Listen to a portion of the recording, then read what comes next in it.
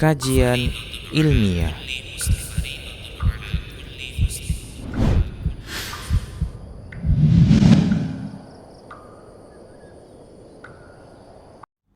Baik, bismillahirrahmanirrahim. Assalamualaikum warahmatullahi wabarakatuh. Alhamdulillahirrabbilalamin. Wassalatu wassalam ala rasulillah ma'ba'du. Para pendengar Radio Stream Medan Mengaji, alhamdulillah senang sekali kita kembali di podcast serial Penyakit Hati.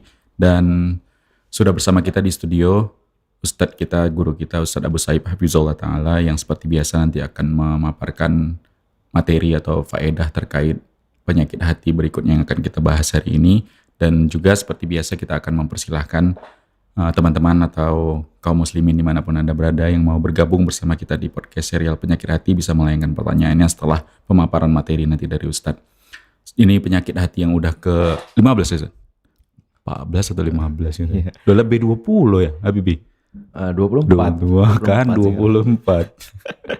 Masya Allah ada 24 penyakit hati Ustadz. Dengan target ada 30 ya Ustadz dari literasinya Ustadz. Baik, Masya Allah, ini ke 24 Ustadz. Silakan Ustadz, Tatoyur, tafadhol masykurah.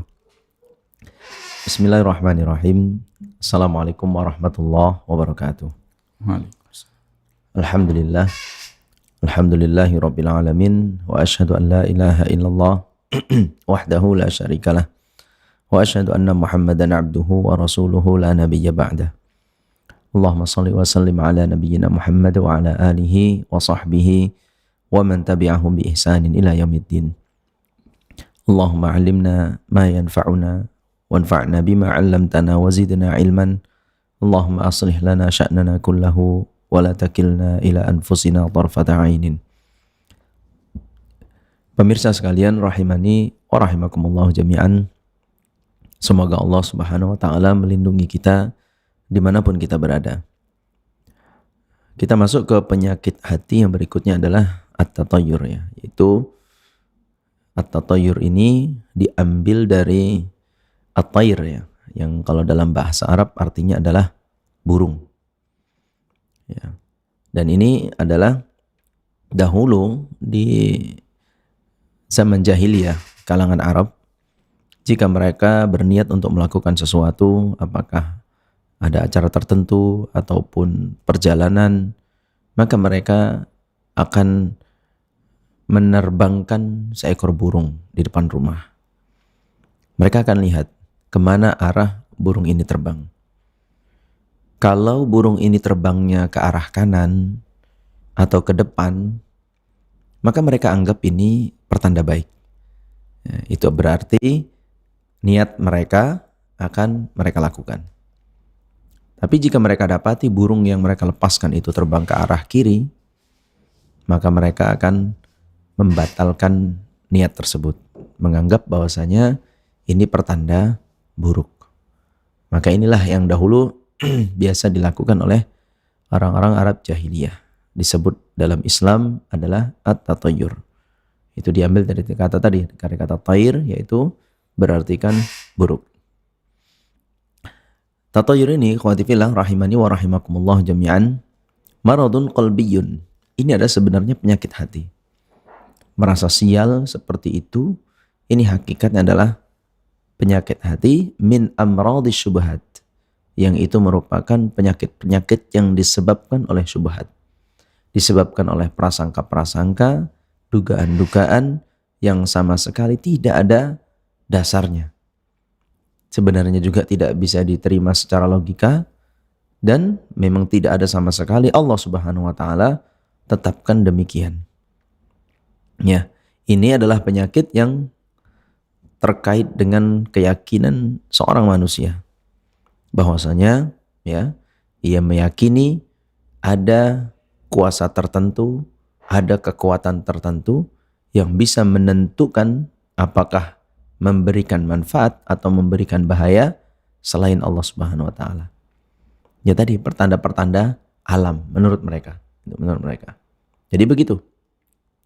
Bukannya mereka menyerahkan perkara itu kepada Allah setelah mereka berikhtiar, setelah mereka berusaha lalu menyerahkan hasilnya kepada Allah taala, justru malah mereka membatalkan ikhtiarnya, mereka membatalkan niatnya bukan karena Allah Ta'ala, tapi karena pertanda-pertanda yang menurut dugaan mereka itu adalah kesialan. Nah, ini bisa terkait dengan manusia, bisa terkait dengan benda mati, bisa terkait dengan hewan.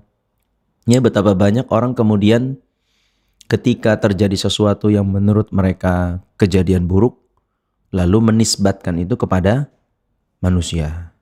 Ini gara-gara ada si fulan ini. Ini gara-gara si fulan begini dan begitu. Ini gara-gara ini. Nah, ini adalah bagian dari yang menganggap sial. Begitu juga ada benda mati misalnya. Nah, ini kayaknya gara-gara terbawa batu ini nih. Ini gara-gara sepatu ini nih. Ini gara-gara sendal ini nih. Gara-gara baju ini nih. Nah, ini mereka menisbatkan kesialan itu pada benda-benda atau pada hewan. Itu kalau ada burung itu tandanya akan ada peristiwa buruk.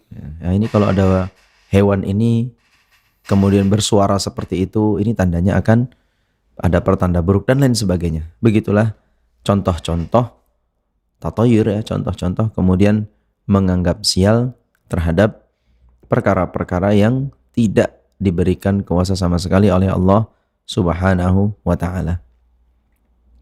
Maka ikhwati fillah rahimani wa rahimakumullah jami'an. Karena ini terkait dengan keimanan, di mana ini terkait lebih eratnya adalah terkait dengan beriman terhadap hal-hal yang gaib, hal-hal yang akan terjadi di masa yang akan datang, maka kita selaku orang-orang yang beriman mengimani bahwasanya itu semua akan terjadi sesuai dengan kehendak Allah. Ya, akan terjadi sesuai dengan takdir Allah Ta'ala. Jika Allah Ta'ala sudah mentakdirkan terjadi, maka apapun itu, suka tidak suka, senang tidak senang, maka semua itu pasti akan terjadi sesuai dengan kehendak Allah Subhanahu wa ta'ala. Kemudian ikhwati fillah rahimani wa rahimakumullah jami'an. Ada catatan di sana ya yang bisa kita berikan tambahan. Kita ambil dari surat Asy-Syura ayat 30. Allah Subhanahu wa taala berfirman, "Wa ma asabakum min musibatin fabima kasabat aydikum wa ya'fu an katsir." Dan musibah apapun yang menimpa kalian, maka semua itu disebabkan oleh perbuatan tangan kalian sendiri. Dan Allah Subhanahu wa taala sudah mengampuni atau sudah memaafkan sebahagian besarnya. Ya, sebahagian yang lebih banyak itu sudah diampuni oleh Allah Ta'ala. Namun ada bagian-bagian yang kemudian Allah Ta'ala timpakan seseorang musibah karena kejahatan tangannya sendiri. Nah, kenapa tidak seperti itu seorang mukmin berpikir? Kenapa dia justru malah keburukan yang menimpa pada dirinya, lalu dia nisbatkan keburukan ini kepada orang lain. Ini gara-gara si fulan, gara-gara si anu, gara-gara benda ini, benda itu, gara-gara hewan ini, hewan itu.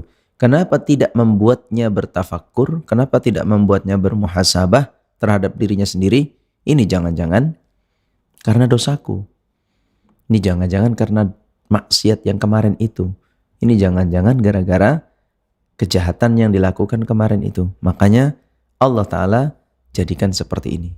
Padahal itu sudah diampuni sebahagian besarnya.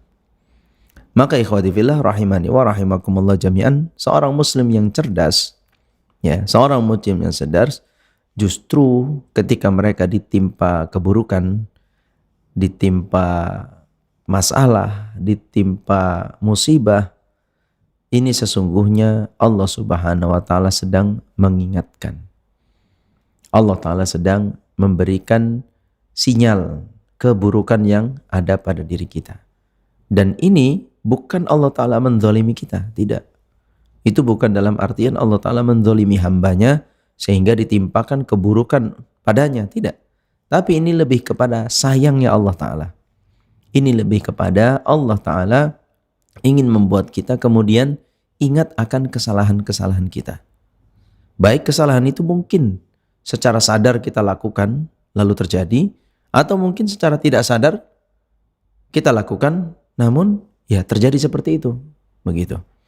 Maka inilah yang seharusnya membuat kita untuk bermuhasabah, gitu kan. Ketika terjadi musibah, ketika terjadi keburukan, terjadi hal-hal yang tidak mengenakan bagi kita, maka kita introspeksi diri, pikirkan kembali, ini jangan-jangan ada yang salah.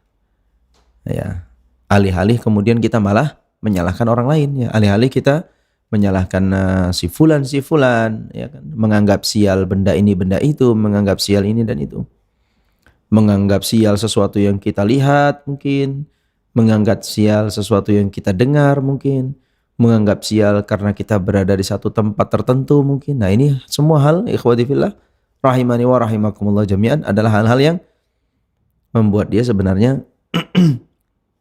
lupa akan kesalahannya sendiri, lupa akan maksiat yang pernah dia lakukan sendiri.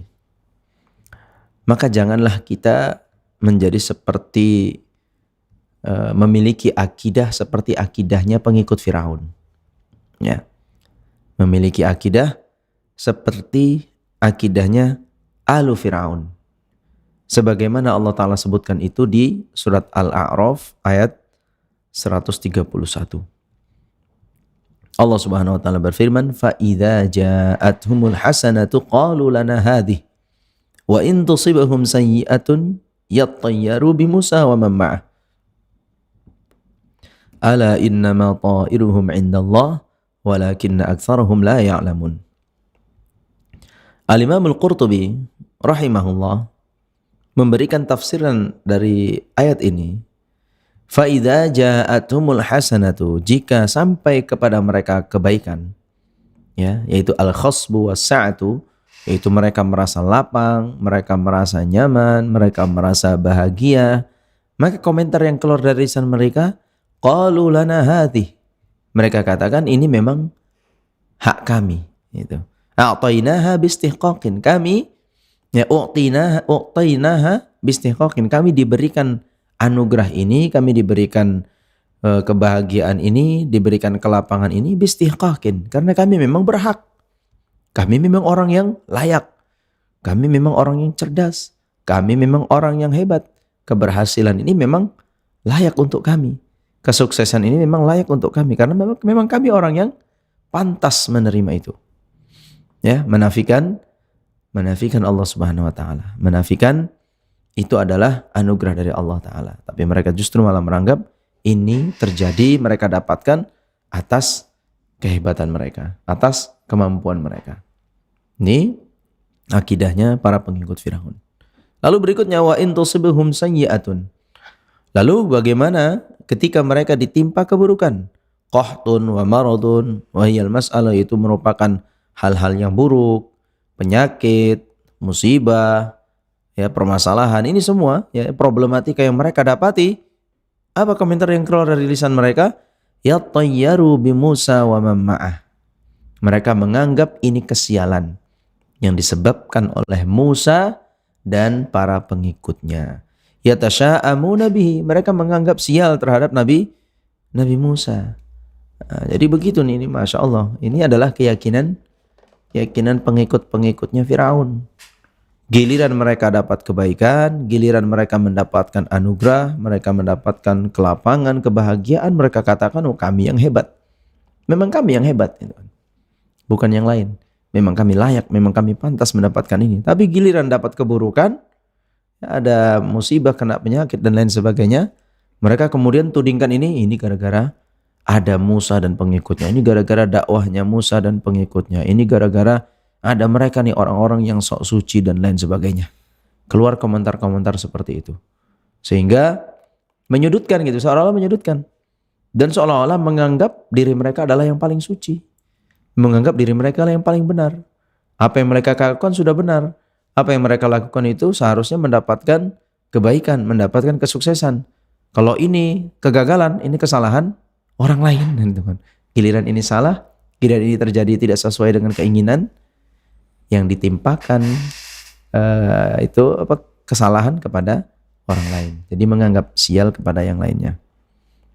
Maka Allah Subhanahu wa taala menjawab, ala innamal ta'iruhum 'indallah. Itu, ketahuilah sesungguhnya kesialan mereka itu ada di sisi Allah. Ai ma qaddara lahum wa 'alaihim. Artinya itu semua memang sudah ditakdirkan.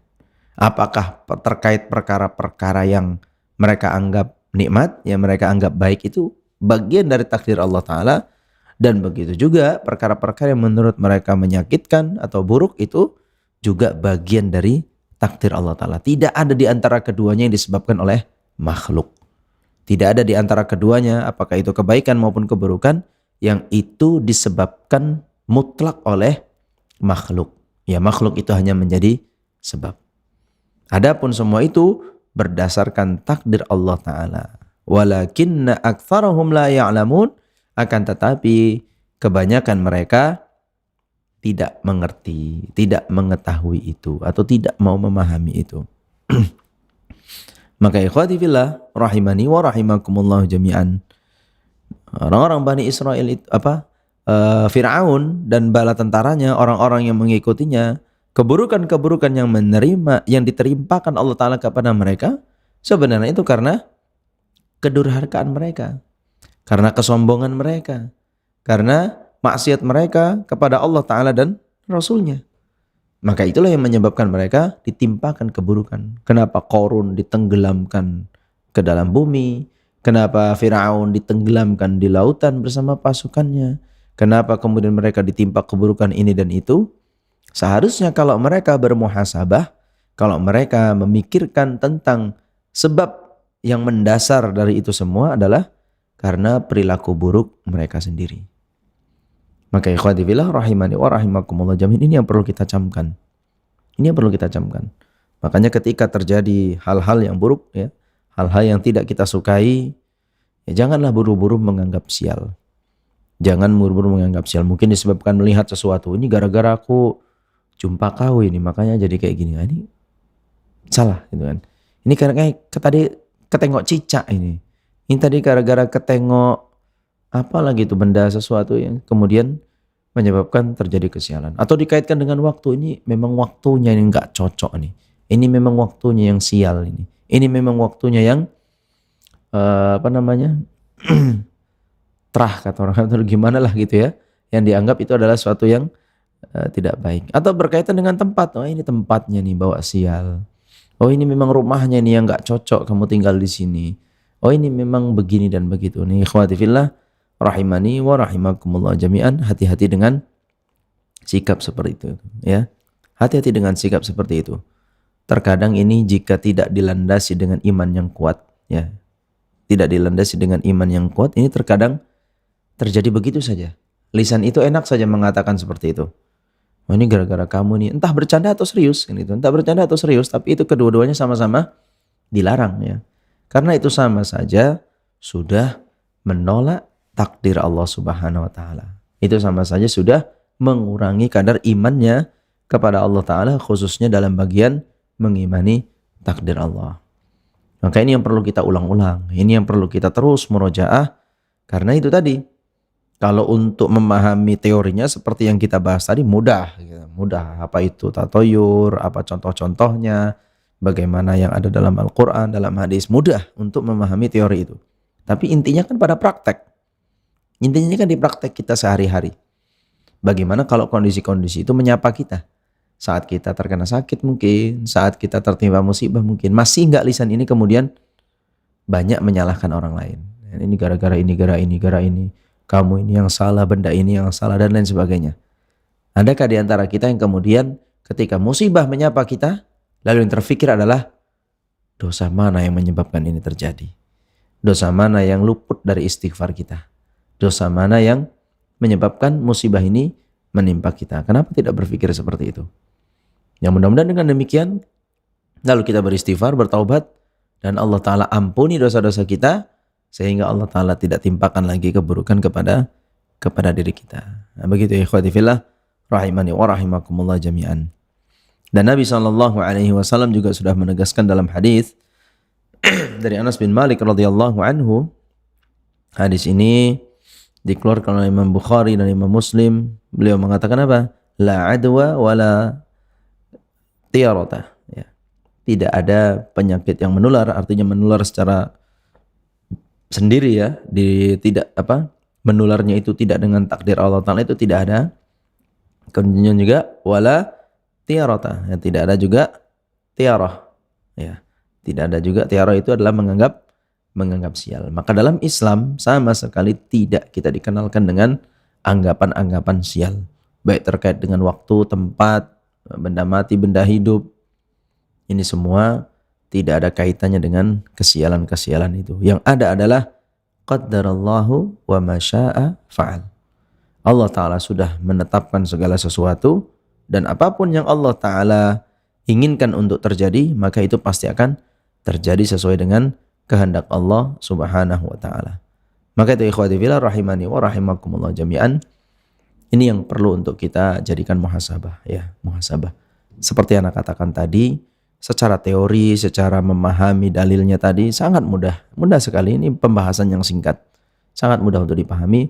Namun bukan teori itu yang akan membuat kita baik, tapi bagaimana kita mengamalkannya. Ya, jadi bukan hanya teorinya saja. Bagaimana dalam keseharian kita betul-betul kita hati-hati. Ya, khususnya dalam kondisi-kondisi yang kita kadang lepas kontrol gitu kan. Karena kadang kesedihan terlalu sedih, marah terlalu marah, gembira terlalu gembira, itu membuat terkadang kita dalam mengucapkan sesuatu atau bertindak itu tidak sesuai dengan ilmu yang ada pada diri kita. Padahal sudah tahu ilmunya, sudah mengerti ayat dan hadisnya, tapi dalam pengamalannya masih sembrono, ya, amalannya masih suka bertentangan antara amal dengan ilmu. Maka mudah-mudahan Allah Subhanahu wa Ta'ala memberikan ilmu yang bermanfaat, yaitu ilmu yang membuahkan amal untuk kita, dan mudah-mudahan dengan demikian ketika bertemu antara ilmu dan amal ini menjadi amal soleh yang diterima oleh Allah Subhanahu wa Ta'ala. Demikian aqulu qouli hadza wa astaghfirullah li wa lakum wa lisairil muslimin wal muslimat innahu huwal ghafurur rahim. Baik, Masya Allah, jazakumullah khairan Ustaz atas pemaparan materinya, dan seperti biasa kita persilahkan para pendengar Radio Stream Medan Mengaji yang mau bergabung bersama kita di podcast serial Penyakit Hati kali ini bisa bertanya melalui pesan WhatsApp, SMS, ataupun komentar langsung di platform media sosial kita yang melakukan live streaming. Ustaz, dari kita dulu Ustaz yang di studio Ustaz. Merasa sial tadi ya Ustaz, atau yur ya Ustaz. Cuman umumnya ini tadi yang Ustaz jelaskan di awal, penyandarannya ke benda-benda mati atau ke hewan atau yang lain-lain gitu. Intinya dari selain Allah lah gitu ya Ustaz. Dan umumnya yang tadi kalau dijelasin, mereka tuh takut sialnya itu takut sial terhadap dunianya gitu ya Ustaz. Ah ya. Ini kalau dalam urusan agama bisa tatayur juga Ustaz.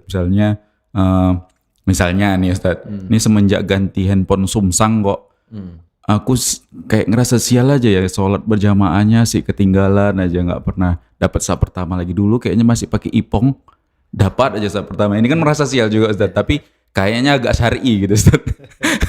Ini ada Ustaz seperti itu Ustaz. Wallahu alam ya. Namun sepertinya hanya menjadi alasan saja itu kan. Sepertinya hanya menjadi mencari dalih penguat atas keaslian yang terjadi pada dirinya. Yang terjadi adalah dia sedang melemah imannya. Yang terjadi adalah dirinya sedang tertimpa futur, ya, tertimpa penyakit yang menyebabkan dia, apakah dia memperturutkan hawa nafsunya atau dia tertimpa syubhat terhadap hatinya, penyakit-penyakit lainnya, lalu yang disalahkan bendanya, apinya, yaitu tadi. Jadi dia alih-alih dia mengkoreksi dirinya sendiri, justru dia malah menyalahkan ke yang lainnya. Sekalipun itu dalam hal apa ya? Karena kalau sebenarnya kalau antum bilang tadi musibah banyak yang terjadi itu terkait urusan dunia, itu masih lebih ringan gitu kan.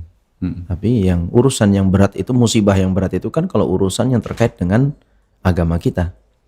Gitu. Jadi kalau sampai seseorang sholatnya itu menurun kualitasnya, artinya yang biasanya rajin ke masjid ini jadi tidak ke masjid, sholatnya di rumah, ini sebenarnya musibahnya lebih besar dibandingkan seorang mungkin kehilangan motor, kehilangan benda-benda yang dia sukain itu kan. Sebenarnya ini dari sisi musibah, itu musibah yang levelnya lebih tinggi lagi ketika seorang kehilangan amal ibadahnya yang selama ini sudah dia coba untuk membiasakan diri gitu. Lalu malah alih-alih tadi menyalahkan benda-benda yang lainnya, yang sebenarnya adalah orang itu seharusnya muhasabah.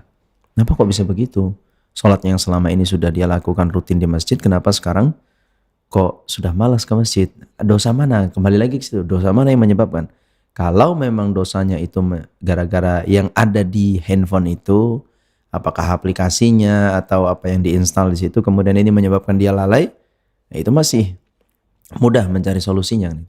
Tapi kalau yang sakit adalah dirinya sendiri kan gitu kan, kemudian sudah mulai kecintaannya beralih kepada dunia, atau dia sudah menikmati hal-hal yang sifatnya duniawi lalu merasa tidak nyaman dengan peribadahan kepada Allah Ta'ala, ini kan bahaya kan gitu kan. Bahaya dari sisi ini. Demikian, wallahu a'lam bishawab. Baik, Masya Allah, jazakallah Ustaz. Kemudian Ustaz, tadi ketika kita ditimpa yang menurut kita itu adalah keburukan, tapi kan bisa jadi kita nggak tahu ada kebaikan di situ tadi yang disebutkan ya Ustaz, kurang lebih seperti itu. Artinya antara kita dengan Islam dalam memandang perspektif atau perspektif Islam dalam memandang keberuntungan dan kesialan itu bisa jadi berbeda gitu Ustaz. Maksudnya keberuntungan dan kesialan dalam perspektif Islam ini sebenarnya seperti apa gitu Ustaz? Keberuntungan dan kesialan di dalam Islam artinya sebenarnya bagi seorang muslim ya apakah itu keburukan atau kebaikan, itu kembali lagi kepada tujuan hidupnya. Beruntung itu apa? Beruntung itu ketika Anda berada di koridor tujuan hidup Anda, yaitu wa ma khalaqtul jinna wal insa illa liya'budun. Tidaklah aku ciptakan jin dan manusia kecuali untuk beribadah kepadaku. Seorang manusia ketika lurus di dalam koridor ini, di dalam jalur ini, itu keberuntungan. Disitulah keberuntungan. Aku beruntung nih. Apa misalnya punya teman yang bisa membimbingnya untuk lurus di jalan itu. Aku beruntung ini berada di lingkungan yang bisa membawaku ke arah ini. Aku beruntung nih ketika punya misalnya rumah itu posisinya dekat dengan yang bisa mendukungnya untuk arah ibadahnya kepada Allah dan seterusnya. Aku punya kendaraan yang selalu nyaman untuk dibawa untuk beribadah kepada Allah dan seterusnya dan seterusnya. Nah, ini beruntung itu ke sana. Kalau memang semua perkara itu mendukungnya untuk mewujudkan tujuan hidupnya di dunia. Dan sial itu sebenarnya atau keburukan itu sebenarnya adalah ketika kita ternisbat atau terlekat dengan perkara-perkara yang melencengkan kita dari jalur ini.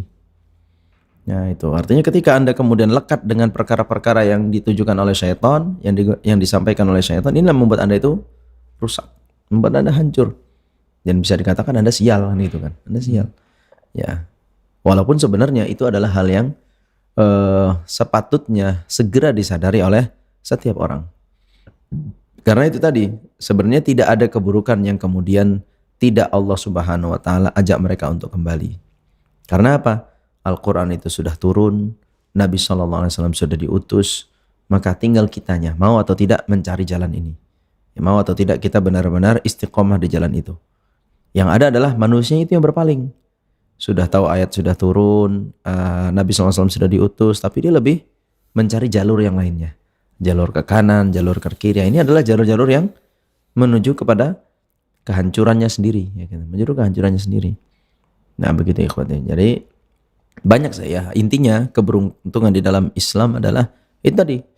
Misalnya juga ketika kita sedang berbelok, ya kan, kita berubah arah ini, haluan jalan hidup kita, ada yang ngingetin balik lagi ke yang lurus. Ini beruntung nih punya yang begini-begini. Apakah faktor keberuntungan ini istri yang seperti itu yang bisa mengarahkannya ke jalan yang lurus, punya teman seperti itu yang bisa mengarahnya ke jalan yang lurus, ya kan, punya lingkungan yang seperti itu bisa membawanya kembali lagi ke jalan yang lurus. Ini beruntung. Makanya kan dulu para ulama menyebutkan al-jar qabla ad-dar. Ya, kalau ingin cari rumah itu lihat dulu siapa tetanggamu. Ini zaman ulama dulu begitu mereka. Makanya dulu Al-Imam Ibnul Mubarak ya punya tetangga seorang Yahudi. Jadi Yahudi ini dia pingin pindah gitu kan. Dia ingin jual tanah, ingin jual tuh rumahnya. Tapi harganya selangit kan gitu kan. Harganya selangit. Jauh dari harga pasaran dari rumah-rumah yang ada di sekitarnya. Nah, ketika ditanya, kamu Yahudi kok kenapa kamu jual harga rumahmu itu harganya nggak sesuai dengan pasaran seperti itu gitu kan? Mahal sekali lah gitu, mahal sekali rumahmu. Apa katanya? Rumahnya biasa, tetangganya yang mahal. Masya gitu. Allah. Tetangganya yang mahal. Dan dia tahu itu Yahudi, yang ngomong kayak itu orang Yahudi gitu. Dia paham berarti ya. Dia ngerti gitu kan. Nah, jadi kalau kalian ambil rumah saya, walaupun harganya mahal, Tapi kamu akan beruntung punya tetangga seperti Imam Ibnul Mubarak gitu. Jadi faktor keberuntungan itu ya kalau dari sisi nominal uangnya dia rugi. Tapi dengan punya tetangga orang soleh seperti sekelas Imam Ibnul Mubarak ini hal yang keberuntungan. Karena apa? Ya beruntung bisa bertetangga dengan orang soleh, insya Allah ya paling tidak kecipratan kan gitu kan. Kecipratan, kajian dekat kan itu kan dekat orang soleh. Kemudian juga kadang-kadang kalau kita juga malu kan mau buat maksiat gitu kan karena sebelahnya ada ulama dan lain sebagainya. Inilah salah satu bentuk keberuntungan. Kalau kita dalam kondisi terkadang mungkin melenceng dari jalan yang lurus, lalu ada yang balikkan lagi, ada yang balikkan lagi. Ini keberuntungan. Yang sial itu tadi, ketika dia belok, dibiarkan oleh Allah Ta'ala, nggak ada yang ngingetin, terjerumus maksiatnya makin jauh, wah ini sial lah hidupnya itu, habis kalau begitu. Dan sinyal-sinyal Allah Ta'ala pun dianggapnya semua sudah tidak dia pedulikan. Ini adalah hakikat dari musibah yang paling besar, yaitu musibah yang terkait dengan agama kita. Demikian, wallahu a'lam bishawab. Baik, Masya Allah. Jadi intinya walaupun dia secara dunianya seakan sial aja gitu dari secara zahirnya, misalnya dia bikin usaha gagal, investasi tertipu atau segala macam, ini kan sebenarnya dia sedang sial gitu. Tapi kalau dia tidak tetap di dalam koridor agama, dia tetap dalam ketaatan, itu sebenarnya dia dibilang nggak sial gitu ya. Betul ya. Kita Jadi pahamin ya. betul ya. Jadi memang ada sebagian orang terkadang mengalami hal seperti itu ya. Di saat dimana dia dahulu bergelimang dengan maksiat, tapi dunianya nggak pernah terganggu gitu kan. Di saat dia bergelimang dengan maksiat, justru keberhasilan banyak dia raih dari sisi dunia.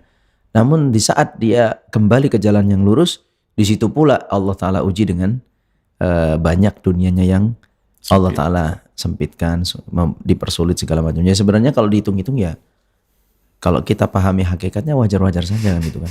Sudah berapa lama kita makan harta haram, sudah berapa lama kita bermaksiat. Kalau kali ini Allah Ta'ala berperilaku agak keras dalam membersihkan hati kita, ya itu wajar-wajar saja kan gitu kan.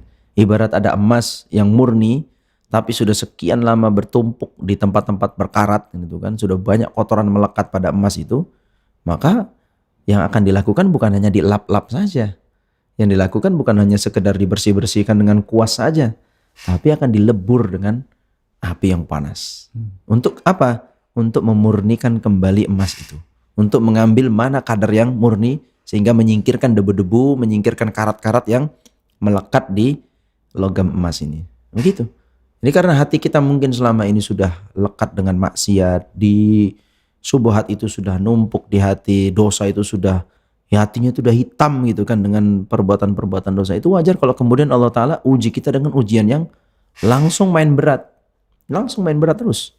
Hartanya mau dibersihkan, ya tubuhnya mau dibersihkan, pikirannya mau dibersihkan, hatinya mau dibersihkan, maka Allah Ta'ala gunakan treatment yang cepat gitu kan, treatment yang bisa segera. Ya wallahualam, mana tahu mungkin umur kita nggak panjang kan gitu kan, sehingga treatmentnya harus main cepat ini.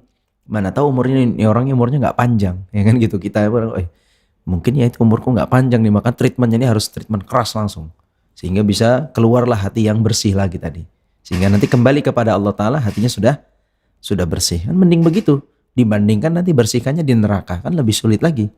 Ya bisa saja seorang muslim benar, walaupun dia mati dalam kondisi maksiatnya yang banyak, ya kemaksiatan yang besar, lalu dia mati sementara imannya masih ada, kan dia tetap dijamin masuk surga. Namun kan nggak enak, pembersihannya dilakukan di neraka, dileburnya itu di neraka, dibuat mampir dulu di neraka, diampuni oleh Allah Ta'ala, teman, diampuni tapi dimasukkan dulu di neraka misalnya gitu kan, diampuninya tidak cukup gitu. Nah, dia harus tetap dimasukkan ke dalam neraka. Nah ini kan nggak nyaman kalau begitu, mending di dunia kan. Makanya ketika kita sudah istiqomah berada di jalan yang hak, namun Allah Ta'ala treatment kita, Allah Ta'ala perlakukan kita dengan banyak sekali cobaan-cobaan seperti itu, mudah-mudahan dengan kesabaran kita naik derajat, kita diampuni dosa-dosa, kemudian juga sisi-sisi buruk kita itu banyak kemudian dengan cepat terkikis, sehingga keluarlah versi diri kita yang putih bersih, hatinya murni menuju Allah Subhanahu wa Ta'ala. Demikian, Allah a'lam bishawab. Masya Allah. Dan lagian jaminan untuk kita bisa lebih punya kemampuan untuk melewati ujian itu ya ujian di dunia ya Ustaz. Benar. Ya, Kan gak ada jaminan kita bisa melewati sekecil apapun azab di neraka, gak ada yang bisa jamin ya Ustaz. Masya Allah. Ya, sesusah-susahnya ujian di dunia, tetap tidur masih nyenyak. Tidur sih. Ya, tetap masih bisa makan terasa enak, tetap masih bisa kita tersenyum, saling tertawa, masih tetap walaupun seberat-berat apa orang ujian di dunia, tetap hal itu masih ada kenikmatan yang bisa dia rasakan. Dibandingkan kalau di neraka, makan tak enak, tidur tak ada, itu lebih susah lagi kan. Gitu. Baik, Masya Allah. Jazakumullah khairan Ustaz. Ustaz, kita baca dulu pertanyaan yang masuk dari Instagram dan mengaji Ustaz. Assalamualaikum warahmatullahi wabarakatuh. Waalaikumsalam warahmatullahi wabarakatuh. Dari Bang Ian di kantor. Oke Bang Ian, kita baca Bang Ian. Semoga kita semua dalam penjagaan dan perlindungan Allah Ta'ala. Maaf Ustadz, mau tanya bagaimana menanamkan rasa tauhid yang mendalam ke anak-anak saya yang masih usia SD. Masalahnya anak-anak tuh kalau malam hari sering takut hantu. Saya sebagai orang tua sudah menjelaskan bahwa hantu itu nggak ada. Yang ada jin, dan jin itu ada di mana-mana, dan dari kecil usia TK sudah diajarkan juga doa masuk dan keluar WC. Tapi tetap aja takut, katanya dapat cerita-cerita dari teman-temannya tentang hantu. Apakah ketakutan pada anak-anak seperti ini bisa dikatakan sebagai tatoyur juga? Dan satu lagi Ustadz, anak-anak yang cowok susah kali dibangunin sholat subuh, kenapa ya?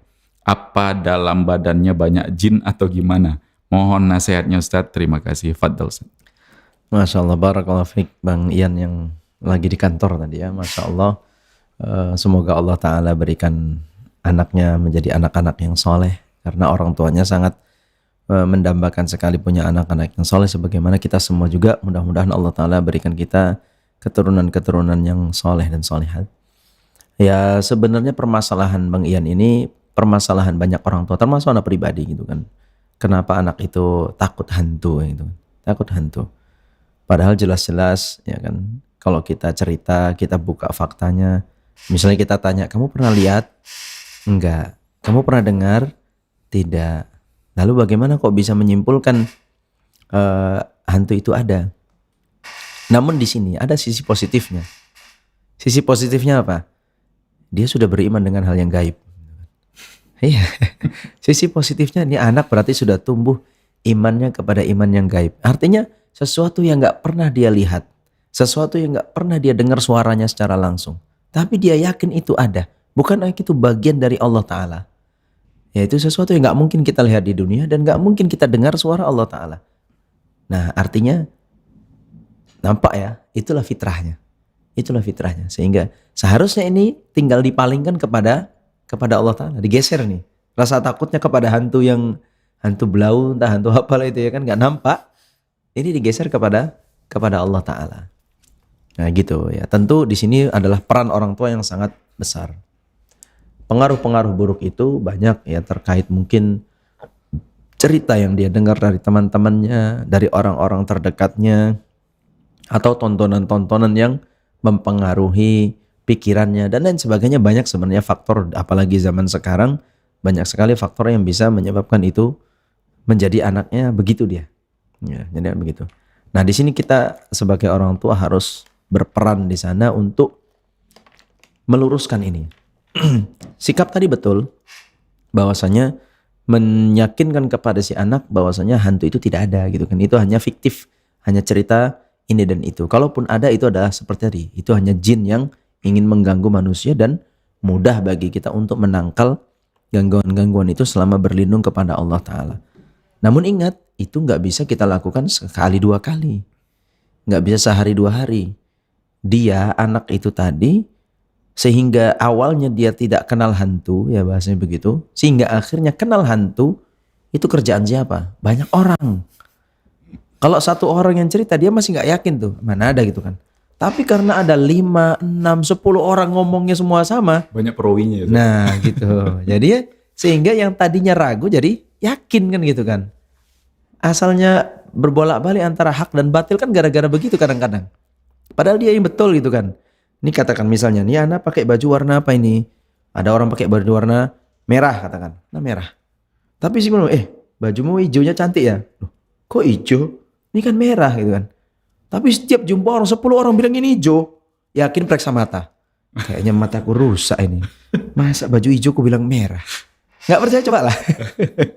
Ngeprank gitu. Ya, artinya ya begitulah kan. Sehingga itu membuat keraguan orang itu yang Mataku sakit apa kok merah dibilang hijau sih. Periksa, nah yakin periksa itu. Kalau udah sampai 10 orang komen yang ngomong kayak gitu semua gitu kan. Ya dengan nampak serius gitu kan. Yakin ya, itu adalah hal yang bisa kita lihat itu. Apalagi ini perkara yang nggak bisa kita lihat. Perkara gaib. Ya kan mungkin kalau dulu yang ngomong cuma sepupunya atau abangnya masih 1-2 gampang kita nangkalnya. Nah ketika 10 orang kawan-kawannya semua dukung dengan komentar yang sama, dia pun lama-lama betul juga. Padahal dia nengok belum pernah, berhadapan langsung gak pernah, melihat gak pernah. Nah treatment yang kita lakukan ya begitu sebaliknya juga. Maka jangan kita sendiri yang menyadarkan itu gitu kan. Jadi karena kita omongan kita berhadapan dengan 10 orang kawannya, tentu ya sebagai anak-anak gitu kan masih sangat polos. Ya yang banyak ini yang dipercaya. Abi ngomong kayak gitu, kawanku 10 orang yang ngomong nggak seperti yang Abi bilang. Kita ajak uminya, kita ajak om-omnya, kita ajak abangnya. Kalau pas jumpa kawan-kawannya dipengaruhi juga dan seterusnya. Sehingga lingkungan itu terbentuk dengan kebalikannya. Bahwasanya takut itu hanya kepada Allah Ta'ala. Berlindung itu hanya kepada Allah Ta'ala. Kalaupun itu muncul, itu adalah jin yang ingin mengganggu manusia dan caranya mudah. Sekedar hanya bisa kita bacakan ayat kursi, kita ajarkan muawwidzatain dan lain sebagainya. Sehingga mereka kembali lagi fitrahnya untuk takut hanya kepada Allah Ta'ala. Nah begitu ya, jadi treatmentnya itu gak bisa kita sendirian memperbaiki itu, enggak. Ya kita juga harus selektif lagi, berarti setelah ini ada nih tontonannya gak beres mungkin. Ada nih kawan-kawannya yang ngeracuni mungkin. Ya cari di mana circle-nya yang merubah pandangan itu. Ya jangan-jangan orang terdekat sendiri kan gitu yang punya pembicaraan seperti ini. Ini yang harus kita bersihkan. Insya Allah pelan-pelan akan berangsur-angsur akan berkurang lah keyakinan seperti itu. Tadi yang kedua apa tadi? Anak cowok susah dibangunin sholat subuh. Oh, terkait yang kedua, anak cowoknya susah dibangunin sholat subuh. Ini umur berapa anaknya? Kalau menyebutkan sebenarnya. Ya, kalau umur ya kita kan tahu kalau umur 7 tahun berarti 7 tahun ke 10 itu baru sekedar diingatkan. Tapi kalau sudah 10 tahun boleh bangunannya sambil dipukul-pukul gitu kan. Kalau udah 20 tahun direhab. Di rupiah gitu. Iya. Oh ya tadi mungkin arahnya gitu. Apakah ini mungkin gangguan jin saat kalau nggak bisa bangun subuh segala macam ya? Bisa saja itu kan. Artinya gangguan jin itu macam-macam bentuknya. Ya jin itu kan juga bagian dari setan itu kan kawan-kawannya semua ini. Ya pastilah perkara-perkara yang membuat seorang malas untuk beribadah kepada Allah Ta'ala itu pasti disebabkan oleh setan kan gitu kan. Dan diperturutkan oleh hawa nafsu manusia itu gitu. Ini semua perkara yang menjauhkan seorang dari beribadah kepada Allah Ta'ala. Maka silahkan kembali. Ya pertama tentu terkait juga dengan pertanyaan yang pertama tadi, bermohon kepada Allah Ta'ala. Bermohon minta kepada Allah Ta'ala agar diberikan kemudahan untuk mendidik anak, dimudahkan untuk punya anak yang soleh. Ya, di antara doa yang disebutkan dalam Al-Quran sering kita dengar tuh, Rabbana hablana min azwajina wa dzurriyyatina qurrata a'yun waj'alna lil muttaqina imama. Ini adalah doa yang menjadi rutinitas kita, minta kepada Allah Ta'ala. Lalu yang kedua ya silakan lakukan treatmentnya. Contoh misalnya ya treatment itu sebelum tidur, jangan sesudah tidur. Sebelum tidur ditanya dulu, abang lah katakan dia sudah gede lah ya, sudah kelas 6 SD mungkin. Abang besok pagi bangun ya, kita sholat subuh di masjid. Nah, apa reaksinya? Kalau reaksi misalnya aduh ngantuk kali ya, ini ngantuk itu kan cuma sekali-sekali. Karena baru pertama kali biasa ngantuk. Kalau sudah terbiasa nanti udah gak ngantuk lagi seperti di awal. Jadi itu tadi tanya dulu, dikonfirmasi dulu apa yang menyebabkannya itu susah bangun ketika azan subuh dibangunkan. Nah itu dikonfirmasi dulu apa penyebabnya. Nah setelah kita konfirmasi dapat informasi apa penyebabnya, di situ coba kita cari obatnya. Apakah obatnya itu perlu motivasi, atau obatnya itu perlu ancaman, atau obatnya itu perlu perhatian dan lain sebagainya. Ini kita yang harus konfirmasi dulu apa permasalahan menyebabkan dia ini susah bangun tidur. Nah baru buat perjanjian. Udah setelah terkonfirmasi dan diberikan misalnya dikasih motivasi, baru buat perjanjian, abang nanti nanti habis subuh. Jadi ketika azan subuh abi bangunin ya, abang langsung bangun dan kita berangkat sama-sama ke masjid. Nah itu dicoba. Insya Allah Walaupun, dan ini harus komitmen ya. Jangan, artinya ketika itu sudah diterapkan, itu akan diuji lagi. Apa itu? Kalau setelah perjanjian di malam hari Anda bangunkan, dia nggak bangun, nggak berhasil, ini akan lebih panjang. Tapi ketika bangunkan itu ingatkan lagi janjinya, Bang. Katanya mau bangun, tadi malam kan sudah Abi bilangin. Nah ini akan, kalau dia Anda berhasil membangunkannya, Anda akan dapat poin itu. Artinya Abinya serius. Abinya serius dengan masalah yang dibahas tadi malam atau kemarin. Tapi kalau kita biarkan, Bang bangun, aduh Bi masih ngantuk kali gitu kan. Ya udahlah, besok ya. Nah udah, ini bakal makin panjang PR-nya. Bisa dibesokkan rupanya Abiku gitu. Besokkan aja tiap hari. Ya akhirnya besok-besok terus. Kalau masih kecil ya tadi, kalau usianya masih 7 tahun, kata besok itu masih kita toleransi. Tapi kalau udah 10 tahun ke atas, kata besok itu nggak bisa ditoleransi lagi. Karena dia sudah balik, apalagi dia sudah wajib kan untuk melakukan hal itu. Nah begitu ya. Inilah lika-liku dalam pendidikannya, dalam mendidik anak. Mudah-mudahan Allah Ta'ala berikan kita kemudahan, dan tentu yang utama adalah bermohon kita kepada Allah Ta'ala agar diberikan kemudahan dalam mendidik anak dan diberikan anak-anak yang soleh. Wallahu a'lam bishawab. Baik Ustaz, jazakumullah khairan Ustaz atas jawabannya Ustaz.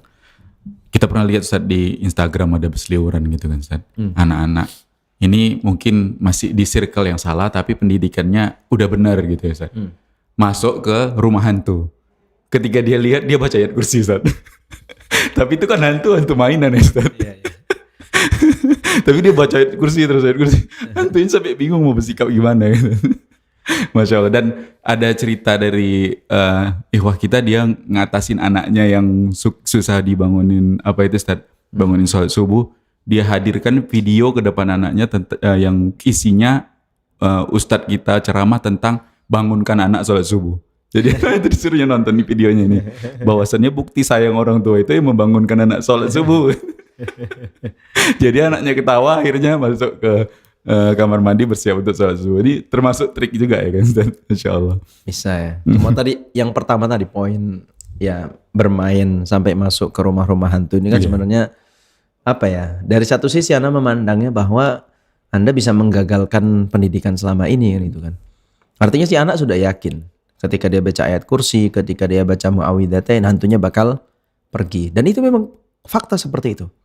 Dan memang jin lah, jin-jin yang buruk ketika mereka mendengarkan ayat-ayat Allah Ta'ala pasti akan lari dengan bacaan-bacaan itu. Namun yang kita dapati kan kalau kita masuk rumah hantu, anaknya udah baca kok hantunya malah makin dekat, makin dekat. Itu kan hancur namanya iman dia lama-lama. Nggak mempan ayat kursi nih kayaknya nih, nggak betul nih. Kok hantunya deket, megang lagi. Hati-hati ya. Maksudnya merusak pendidikan tadi. Iya, ya kalau mau ngajak tempat bermain, rehlah lah gitu ya, jangan yang tempat-tempat begitu, enggak. Kurang mendidik lah, kurang mendidik. Artinya kita dididik dengan ketakutan-ketakutan itu tidak baik ya, apalagi itu menjadikan hal yang dominan. Sebagaimana kita juga tidak baik sering mendengarkan berita-berita buruk gitu kan. Antum mau pergi safar nih, pergi safar naik pesawat ya kan itu kan. Tapi tiap hari berita yang sampai kaman antum tuh pesawat jatuh. Kira-kira jadi nggak safarnya itu? Adalah nanti aja lah. Naik kapal aja. Kok kayaknya ngeri kali naik pesawat sekarang ini ya, jatuh-jatuh terus saatnya. Itu bisa berefek ke sana gitu kan. Makanya jangan sering disampaikan berita-berita buruk gitu kan. Kecuali memang dibutuhkan, itu saja. Sekedar karena berita buruk itu dibutuhkan hanya agar kita terhindar dari mengambil pelajaran dari keburukan itu. Bukan kemudian jadi konsumsi hari-harian. Enggak. Karena itu bisa membuat kita sendiri hatinya jadi takutnya itu macam-macam. Itu kan banyak berburuk sangka jadinya, banyak kekhawatiran sehingga ya udah jadi orang yang penakut, pengecut. Tapi lebih kepada hal kalau kebaik kita berikan kepada motivasi gitu kan. Sekedar ada hal-hal yang buruk kemudian nanti bisa menghadang di depan, itu sebagai catatan saja. Antum mau pergi mana nih? Mau pergi umroh misalnya. Nah, catatan selama di pesawat begini. Ya benar ada pesawat jatuh, ada begini dan begitu. Itu hal yang fakta terjadi gitu kan. Tapi apakah perlu ini dijadikan hal yang paling di depan gitu kan? Ketika manasik haji, Bu hati-hati ya. Kemarin di negara ini pesawatnya jatuh, di sini dibom, di sini masuk ke laut. Itu nggak jadi pergi umroh tuh kalau kita manasiknya begitu. Ya tetap dimotivasi dulu, walaupun kita tetap lakukan treatment ini itu yang menjadikan istilahnya tindakan preventif lah. Kalau itu ya terjadi gitu dia. Wallahu a'lam bishawab. Baik, Masya Allah. Dan poinnya tadi Ustaz mungkin ke keluarga lah kita bilang Ustaz. Nanti maksudnya diimbangi dari apa yang udah diajarkan dari mungkin ada mitra dia atau dalam hal ini sekolah dididik seperti ini seperti itu, tapi nanti dari rumah tidak mendukung, akhirnya ya bisa ngerusak si anak itu lagi gitu ya Ustaz. Iya benar. Jadi harus sinkron kan gitu kan. Kita tuh kalau bisa kompak gitu kan. Kompak. Membuat circle gitu kan. Contoh nih misalnya. Husnul pingin anaknya hafal Quran. Si Paldi pingin anaknya ngapal Quran. Kemudian si Habibi kalau punya anak itu kan nanti Belum, Ustaz, pingin. Ya nanti Ya, insya Allah. Kita nih sama-sama nih ada 10 orang katanya. Pingin punya anak. Lalu kita buat circle itu. Yuk kita sering jumpakan anak-anak kita. Lalu kita buat, kita lakukan ini seperti suasana menghafal, terus suasana menghafal. Itu insya Allah bisa terbentuk gitu. Kayak kita mau belajar bahasa Arab gitu kan. Atau mau belajar bahasa Arab. Gampang belajar bahasa Arab itu. Kumpulkan 5, 6 orang atau sampai 10 orang, kumpulkan kawan, komitmen. Kita kalau jumpa wajib bahasa Arab. Oke. Gitu aja. Itu insya Allah bisa. Ya walaupun mau ngomong nengok kamus, mau ngomong nengok kamus. Terus begitu kan. Di awal-awal saja itu. Setiap kali mau ngomong apa, mau makan apa bahasa Arabnya. Baru ngomong gitu kan. Insya Allah sebulan 2 bulan akan lihat perubahannya. Begitu memang manusia itu tergantung circle dan kita juga harus kompak. Begitu juga dalam pendidikan anak dan sekolah. Itu sekolah dan orang tua tuh harus bagus. Sekolah yang bagus apa misalnya contohnya sekolahnya mengabarkan kepada orang tua, Pak, hari ini anaknya sudah kami ajarin sholat gitu kan. Cara-cara sholat, wudhunya itu kan. Nah, orang tua begitu dapat informasi itu langsung, wih, anakku udah belajar sholat, udah bisa nih kan. Kita pancing-pancing untuk ikut sholat. Ya mulailah, yuk abang ikut sholat. Nah, anaknya kan merasa kok kayak tahu aja umi aku udah belajar sholat kan gitu kan. Nah, artinya ya terbawa jadinya kan. Di sekolah misalnya sudah dibiasakan, Pak, kami sudah biasakan anaknya untuk peduli kepada barang-barang pribadinya gitu kan. Meletakkan tas di mana, merapikan pensil bukunya seperti apa, merapikan sepatunya seperti apa. Ini diinformasikan dari sekolah. Nah, di rumah langsung disambut. Berarti anakku udah mulai bisa. Di rumah pun gitu, Bang, di mana taruh sepatu, di mana nyusun tasnya, bukunya gimana nyusunnya. Ini kan ini bersambut. Jadi lingkungan itu menjadikan seperti sebuah circle yang mengarahkan si anak yang masih polos ini ke titik tertentu yang kita harapkan. Nah, dengan ini insya Allah tingkat keberhasilannya tinggi. Dibandingkan tadi kan, di sekolah lain cerita, di rumah lain cerita, anak ini main ke rumah neneknya lain cerita lagi, main dengan lingkungan di sekitar rumah lain lagi bahasannya. Ini anaknya yang akan carut marut, dia sendiri akan bingung. Nah makanya itu tadi kan perlu kan, tadi kita sudah buat catatan, pilih tetangganya siapa dulu, baru bangun rumah atau baru beli rumah, atau kemudian kalau mau pilih sekolah, cari sekolah yang seperti apa, yang sevisi misi dengan kita gitu kan, sehingga nanti tidak ada hal yang bertabrakan, dan bangun komunikasi yang baik dengan pihak sekolahnya, minta informasi update apa saja pelajaran yang sudah ditanamkan ke anak-anak terkait akhlak, kebiasaan. Nah gitu, ini yang perlu kita sinkron dengan pihak-pihak yang membantu kita dalam mendidik anak ini. Insya Allah dengan begitu tingkat keberhasilannya lebih kuat. Demikian, wallahu a'lam. Baik Ustaz, Masya Allah, jazakumullah khairan Ustaz. Dan mungkin ini yang terakhir Ustaz, dan sebagai penutup di pertemuan podcast serial penyakit hati kali ini Ustaz. Tadi dari contoh tatoyur ya Ustaz, mungkin kita juga pernah dengar dulu-dulu ya Ustaz.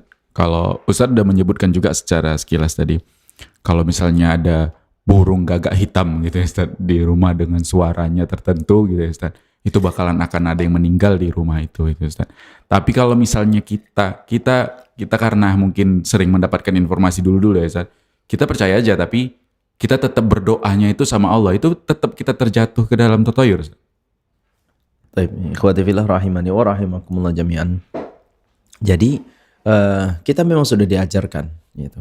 Anggapan ada istilahnya memang hati itu merasa gundah. Hati itu merasa khawatir. Itu hal yang wajar gitu kan. Walaupun terkadang khawatirnya itu tadi kepada hal-hal yang syubhat yang pernah nempel sebelumnya, itu terkait burung tadi gitu kan. Wah, ada burung ini dulu kata orang-orang tua nih, kalau burung ini bikin sial nih. Nanti betul enggak. Nah, itu kan dia. Karena itu ketika di jalan nabrak kucing dar gitu kan. Waduh gimana nih ya, mau diapain nih kucing gitu kan. Apa aku buka baju enggak nih kan gitu. Nah, ini memang adalah efek-efek asar dari keyakinan-keyakinan yang tidak benar, maka harus dilawan. Ya. Lawan dengan apa? Kembalikan. Qadarallah wa masya'a fa'al. Ini adalah takdir Allah. Tadi kalau contohnya misalnya burung nih, lalu kita teringat lagi dengan memori sebelumnya, jangan-jangan ada kesialan, langsung dibalikkan. Tidak. Kalaupun nanti terjadi kesialan itu takdir Allah Ta'ala, tapi bukan burung ini yang memberikan kesialan itu. Jadi hati itu harus mengkonfirmasi ulang. Karena dia dulunya sudah terbiasa dengan kesyirikan atau penganggapan sial seperti itu. Maka harus dikonfirmasi ulang terus-terusan. Harus diingatkan. Nah, misalnya tadi waktu naik mobil misalkan melihat apa gitu kan, kemudian aduh ini kayaknya bakal ada apa-apa nanti di depan sana itu kan. Udah minta perlindungan, langsung dilawan dengan takdir Allah Ta'ala. Ya Allah, lindungilah aku, baca doa-doa yang kita hafal, berzikir kepada Allah Ta'ala. Itu artinya. Dan kalaupun terjadi seperti yang kita sangkakan, itu sudah kembalinya tidak kepada benda itu. Jangan mengembalikannya kepada makhluk itu, tapi kembalinya sudah ini qadarullah wa masya'a fa'al. Ini sudah menjadi takdir Allah Ta'ala, kita hanya menjalani bagian-bagian takdir itu saja. Demikian ya. Jadi tidak kemudian menisbatkan itu kepada makhluk tadi. Demikian. Wallahu a'lam bishawab. Baik Ustaz, jazakumullah khairan Ustaz atas penjelasan, bimbingan dan arahannya. Dan dengan demikian para pendengar radio stream Medan Mengaji, kita cukupkan pertemuan kita di podcast serial Penyakit Hati kali ini. Mudah-mudahan apa yang kita sajikan bermanfaat, tentunya untuk kami pribadi, juga untuk Anda dimanapun Anda berada. InsyaAllah kita ketemu lagi di podcast serial Penyakit Hati di hari dan jam yang sama, tentunya di Penyakit Hati berikutnya. Iya Ustaz, Penyakit Hati berikutnya ya Ustaz, bukan lanjutan yang kedua ya Ustaz. Baik, InsyaAllah di Penyakit Hati berikutnya. Itu saja, mewakili kru yang bertugas kami pamit. Kita tutup dengan doa kafaratul majelis. Subhanakallahumma wa bihamdika asyhadu an la ilaha illa anta astaghfiruka wa atubu ilaik. Assalamualaikum warahmatullahi wabarakatuh. Waalaikumsalam.